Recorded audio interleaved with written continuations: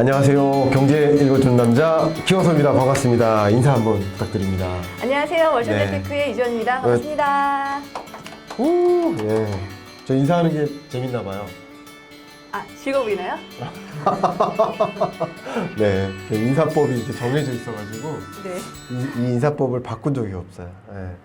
저도 이제 경제연구원에서 계속 지내면서 이 부동산 전망, 부동산 진단 뭐 이런 보고서도 많이 써왔고, 저도 이제 매년 뭐 10월에 이제 경제전망서를 발간하는데, 여러분들은 이제 저를 이제 경제전망서로 더 많이 알고 계시지만 20가지 이 카테고리 중에 부동산 부분이 반드시 있습니다. 이제 부동산을 이제 전망하는, 저는 이제 약간 경제학적으로 접근을 해서 이제 수요 부분 진단하고 공급 부분 진단하고, 그리고 이 정책들이 수요와 공급에 어떻게 영향을 미치는지 뭐 이렇게 해서 부동산을 전망하고 어떻게 하셨으면 좋겠다라는 의견을 살짝 남기는, 물론 저는 이제 투자자 관점에서 이야기보다는 정부나 기업들이 어떻게 해 나가야 된다 이런 메시지를 많이 드리는 편인데요. 지금 우리 대표님께서는 중점적으로 말씀하시는 것 중에 하나가 학세권. 학세권은요, 네. 16, 17, 18에는 많이 말씀을 드렸었는데요. 네. 이제 18년도 하반기부터는 신축이 될 것, 서울에 가까우게 노른자에 붙어, 강남구에 되도록 노른자에 붙어 있는, 강남구에 붙어 있는 것 중에서 무조건 신축이 될 만한 곳에 올인하라라고 이제 18년 그 조선일보 네. 부트쇼라고 그러죠. 부동산 네. 트렌드쇼에서 이제 아주 여름에 세게 얘기를 네. 하죠. 네. 그때부터는 이제 분양권, 입주권, 재개발, 신축 이제 이런 것들에 더 관심이 많아서 네. 이제 좀 많이 이제 제가 미래학군이라는 단어를 써서 말씀을 드렸는데요. 네. 그런 쪽으로 더 이제 집중을 해서 하고, 지금은 내 집 마련을 하실 19, 20, 21 이때는 이제 투자보다는 내 집 네. 마련이 급하신 분들을 타겟으로 많이 하고 있어요. 저희는 투자자보다는 정말 이제 내 집을 갈아타거나 아니면 내 집을 마련하고자 하시는 분들이 많이 오시는 편이에요. 그렇군요. 네. 물론 지난 편에서 우리 부동산을 투자하는 데 있어서 반드시 기억해야 될 그 3요소가 이제 시기, 그 지역, 종목 이렇게 말씀하셨던 것 같아요. 네. 제가 그 시기라는 것을 판단하는 것을 저도 잘 하거든요. 근데 저는 제 스타일이 있는 거고요. 근데 지금 지역이라는 면에서 이 학세권을 보라는 말씀을 이제 나름대로 좀 오랫동안 해오신 것 같아요. 그래서 그 학세권, 특히 이제 네. 학군, 네. 부동산에서 이렇게 학군이 중요한 이유가 있다 그런다면 어떤 이유라고 설명할 수 있을까요? 그냥 한 가지로 말씀드리면 네. 내 아이가 잘 됐으면 하는 부모의 마음 때문이에요. 우리나라에서는 이게 굉장히 중요해요. 금지 오겹이란 말 있잖아요. 아이 네. 키워보면 잘 때 너무 이쁘잖아요. 정말 네. 눈에 넣어도 안 아플 정도로 살이 이렇게 처음에 태어나면 미쉐린 타이어 같잖아요.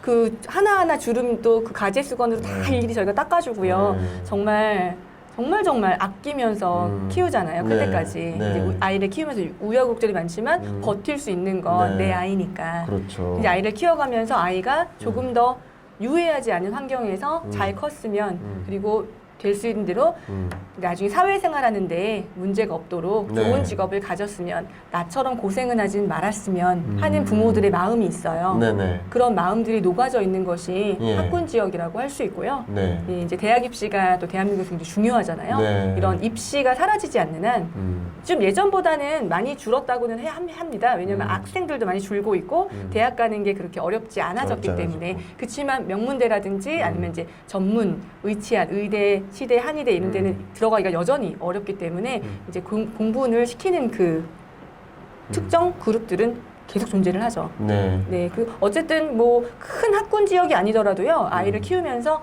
이제 아이가 초등학교 입학할 때, 중학교 갈 때쯤, 대입 치를 때 이렇게 세 가지 포인트에서 이사 고민을 하시게 돼 있어요. 그런 면에서 부동산의 어떤 지역을 선정하는 데 있어서 학군이 중요하다 뭐 이런 말씀이신 거예요?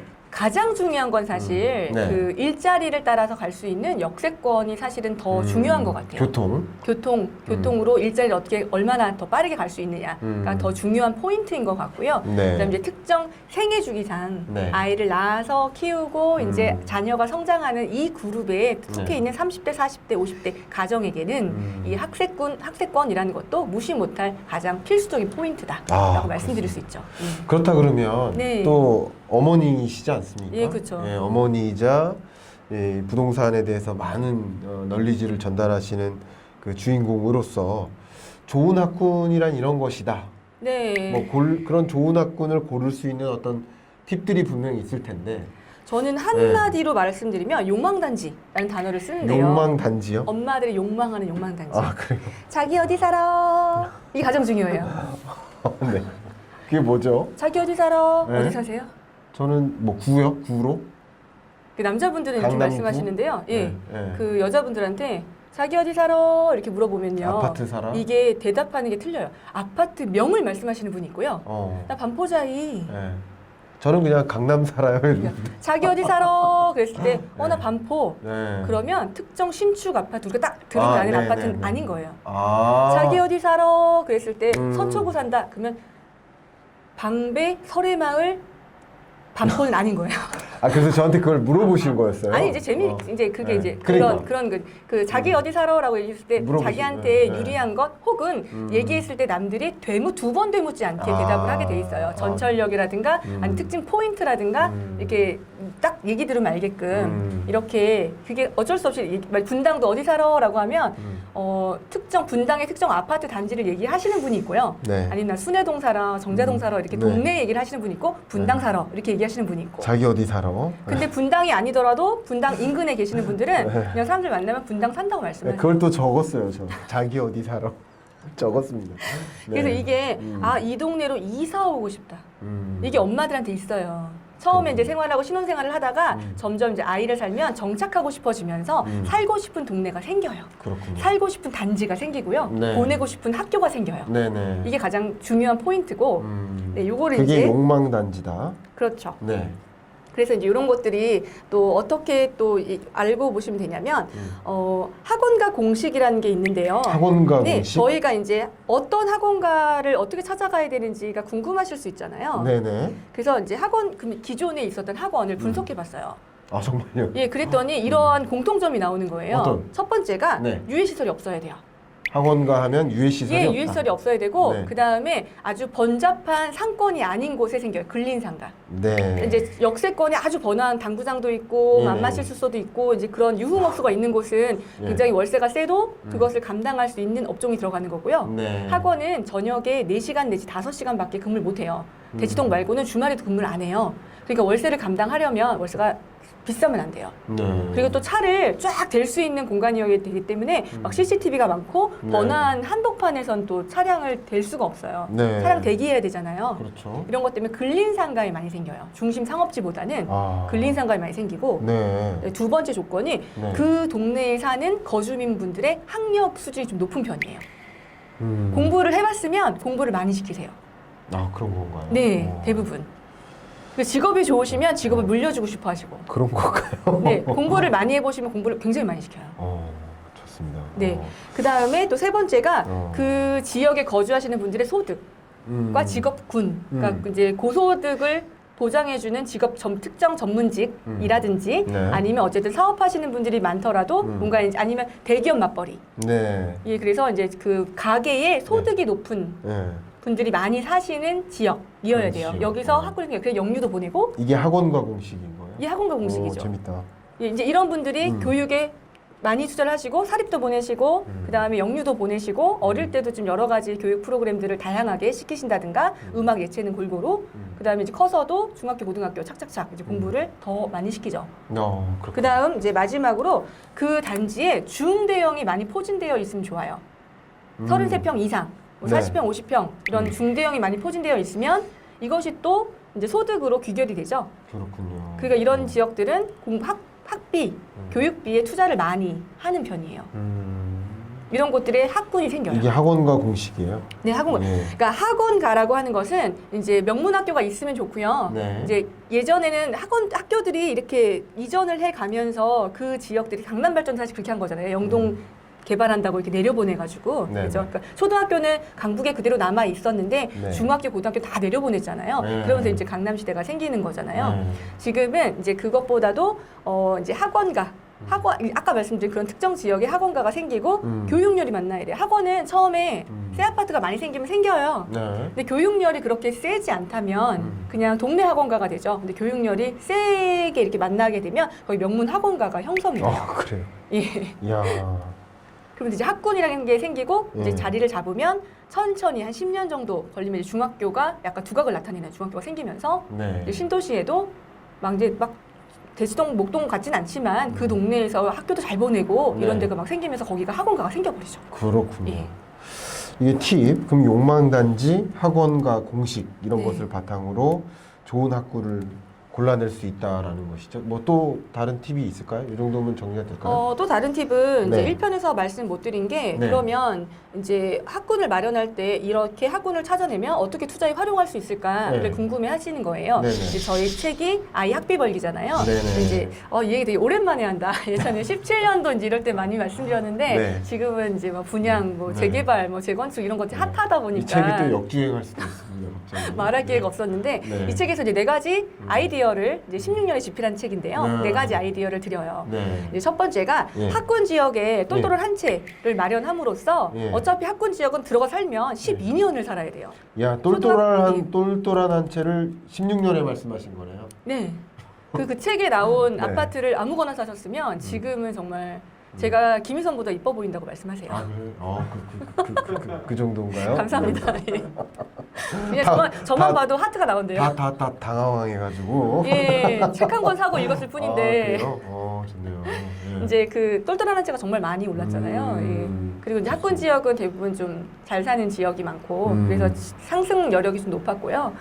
일단은 이게 학군 지역의 똘똘한 한 채를 거주 안정도 지키면서 네. 이제 그 집 자산도 늘어나기 때문에 그렇죠. 이제 자연스럽게 이사 갈 때까지는 그 집을 지킬 수 있으니까 장기 보유할 수 있고요. 이게 가장 좋은 방법 중에 하나이고요. 네. 이제 두 번째는 거주가 좀 자유로운 그 연령대가 있어요. 아직 아이가 어리거나 미취학이거나 네. 신혼부부이거나 네. 이제 이러신 경우는 아주 급하게 학군 지역으로 먼저 들어가실 필요는 없고요. 돈이 부족할 수도 있잖아요. 그렇겠네요. 예, 이럴 경우는 거주가 자유로우니까 투자를 먼저 하는 거예요. 그 대신 잘 들으세요 지금. 예, 이제 우리 스텝 잘 들으세요. 네.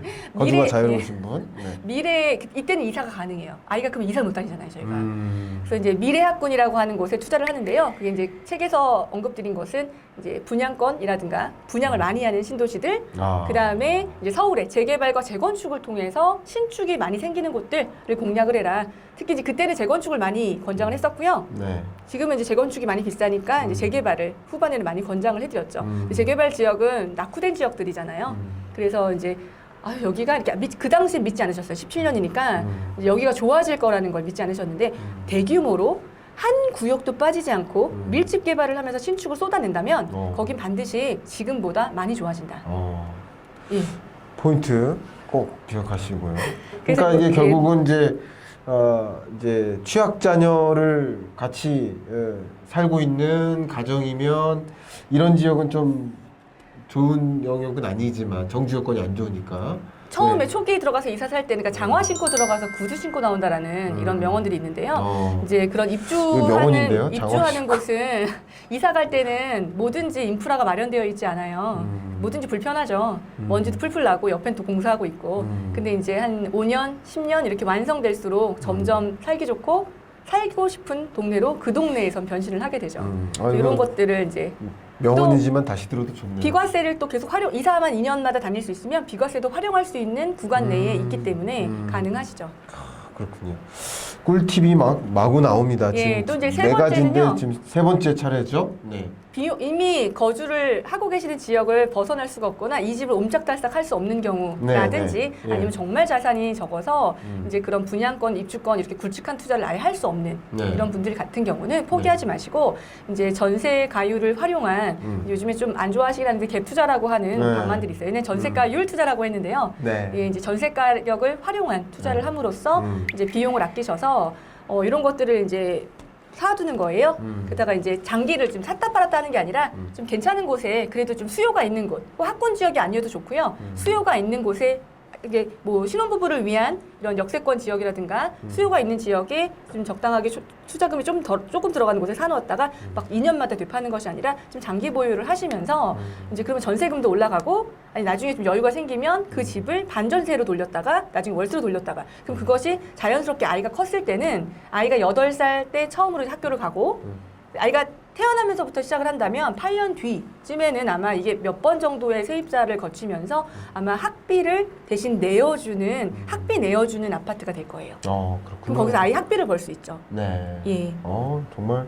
그러면 네 번째 마지막이죠? 마지막 네 번째는 예. 현명한 증여를 생각하셔서 이제 증여란 현명한 말씀을 증여? 네. 드리면 나 살 집도 없어서 지금 전전긍긍하고 이렇게 유튜브 보고 그러는데 지금 선생님 장난치세요 이렇게 네. 하면서 화를 버럭 내신단 말이에요.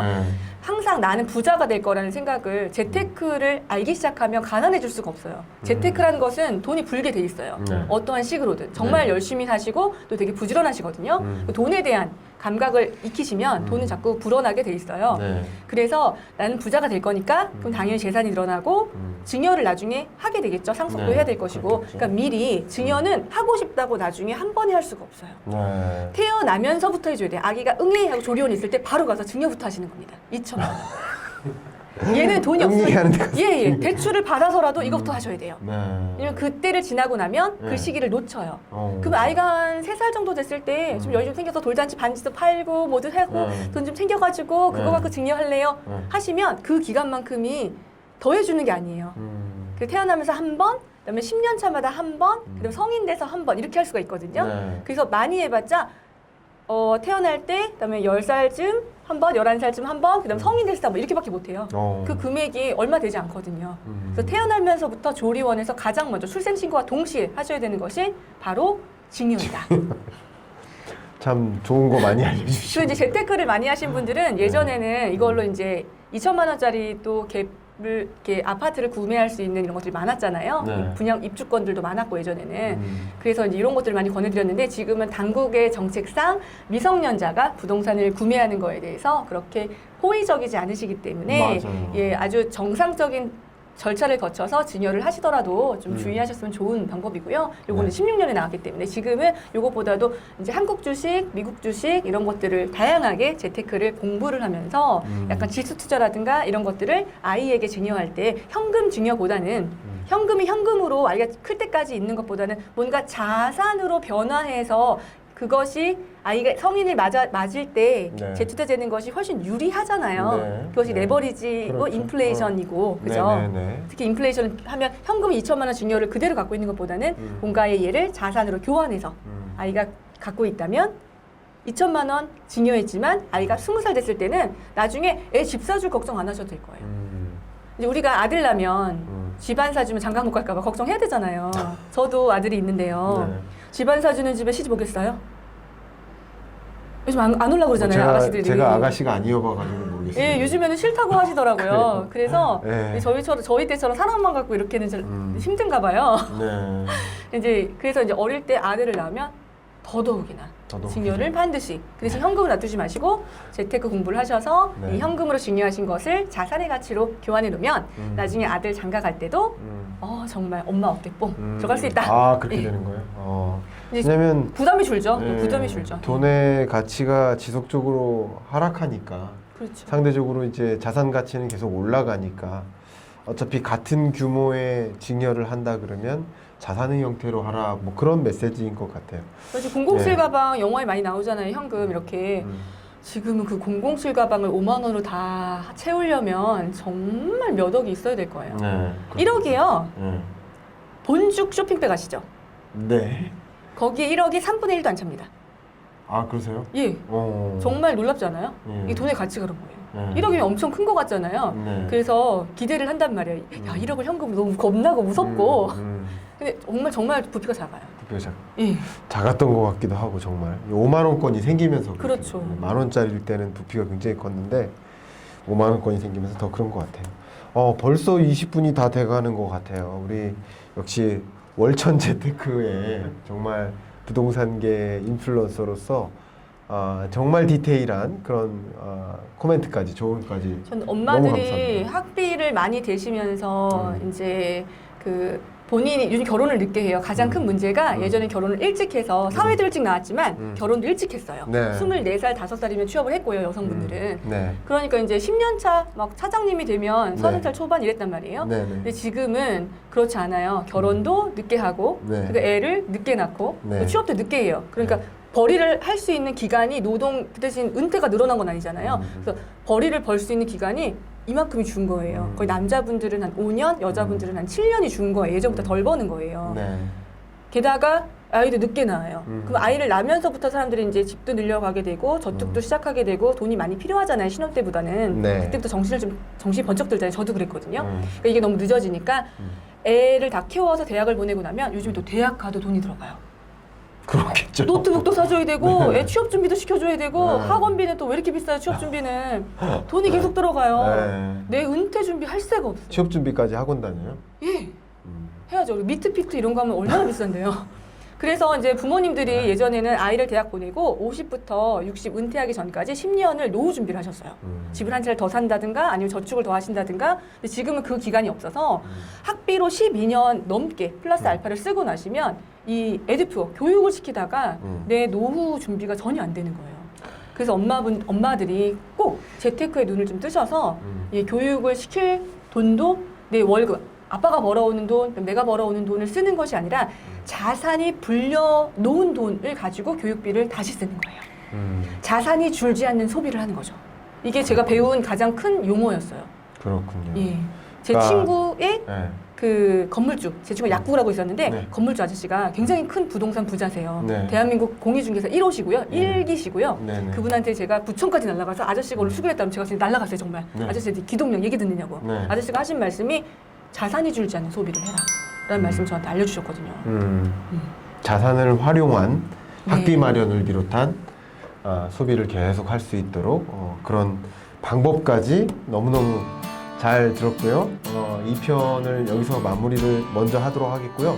아마 3편에서는 그렇다면 학군이란 어디를 말하는가, 여러분들이 정말 집중해야 될 그 주제를 다음 편을 좀 기대하면서 여기 마무리하는 걸까요? 네, 감사합니다. 고맙습니다. 네.